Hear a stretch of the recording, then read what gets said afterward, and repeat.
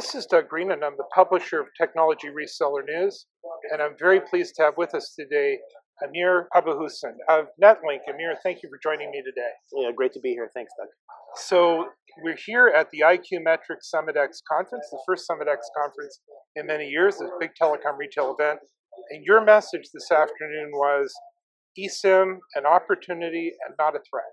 Exactly. Yeah, really focus on what's the opportunity for wireless retailers. So what does that mean? Well, I mean, eSIM is, for me, a technology that's been around for quite a while, but I mean, it has always been deemed to be quite disruptive from the wireless carrier community in the world. And now that it's starting to become widely adopted, I mean, in the US, iPhones are now eSIM only.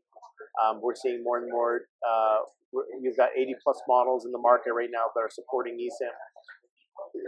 Some wireless carriers think because it has such a seamless activation model, because it's so quick, it's going to allow the carrier to go completely digital and bypass them in some ways. That's not the case.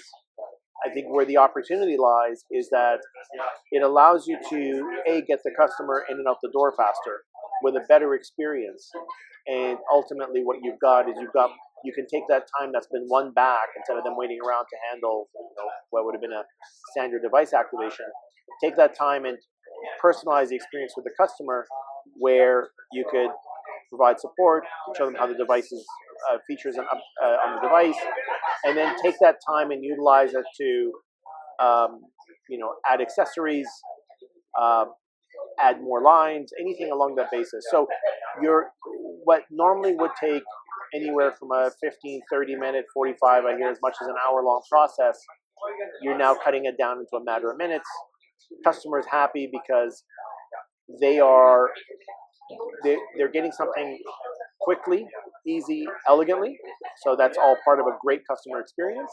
And then you're taking that time that's been won back and you're using it to build a relationship, therefore translating into more better customer loyalty down the road. So let's be really clear. This isn't just an opportunity for the carriers. This is actually a retail opportunity. Absolutely. Yeah, absolutely. And it sounds like, let's expand on this. Why does it offer this more personalized experience? It's seamless, right?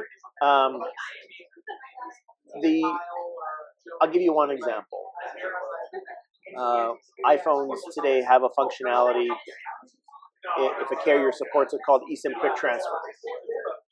Customer comes in, buys an iPhone from the retailer. They actually don't have to stay inside the store to activate the device anymore.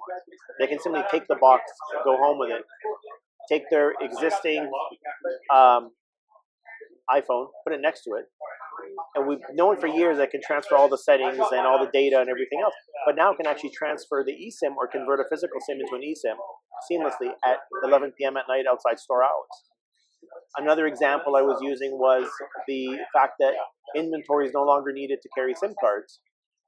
The retailer now has the ability to simply, within their area, do at-home service. Go directly to the person's home and activate those devices, again, without any inventory needed to get that set up, or if they're bringing a brand new device. So it is, again, creating a much more elegant experience for the customer, but it's also expanding the reach of the retailer where they can, again, deliver those personalized services. And one of the examples I just said was, at home or in-office sales. Emir, are there any speed bumps or roadblocks? There isn't. I mean, there is a few.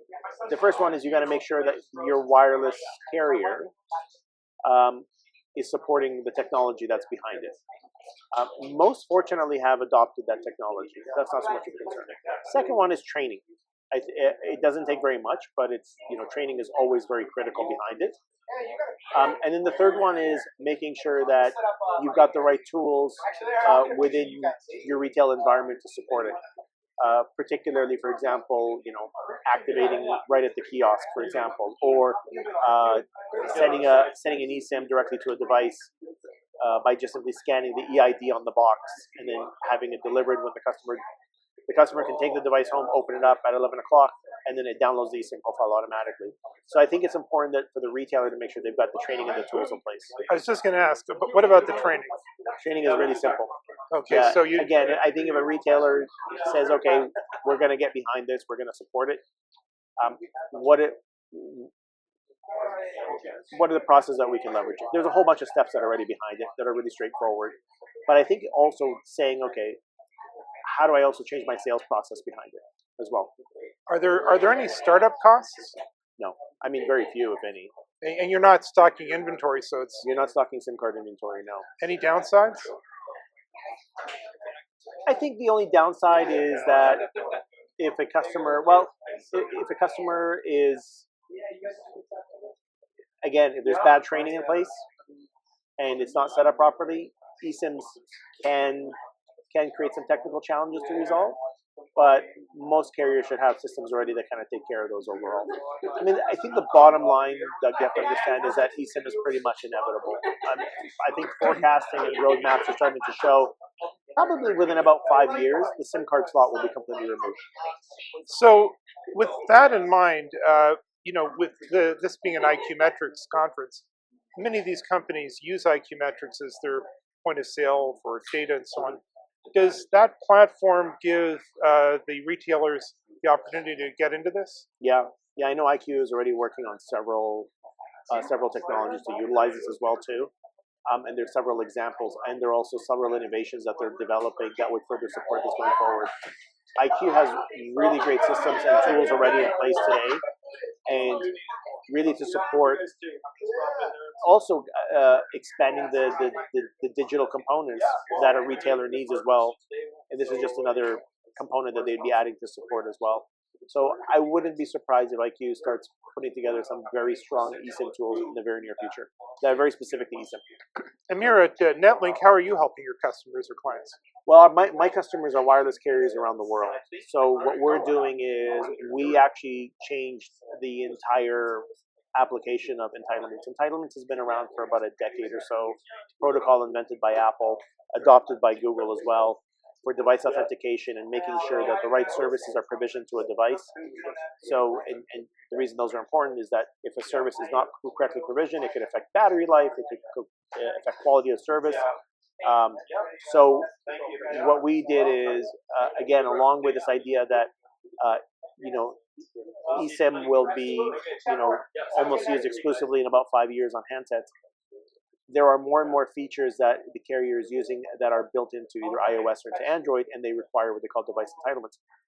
And device entitlements has been usually either prohibitively expensive to use in the past or complicated to deploy. So we embarked on a journey starting in 2021 where we completely, from a blank piece of paper, rewrote the entire entitlements deployment model. Wow. And it's been going quite well for us. So Amir, I really want to thank you for joining me today. This has really been interesting. Where can we learn more about eSIM and also NetLync?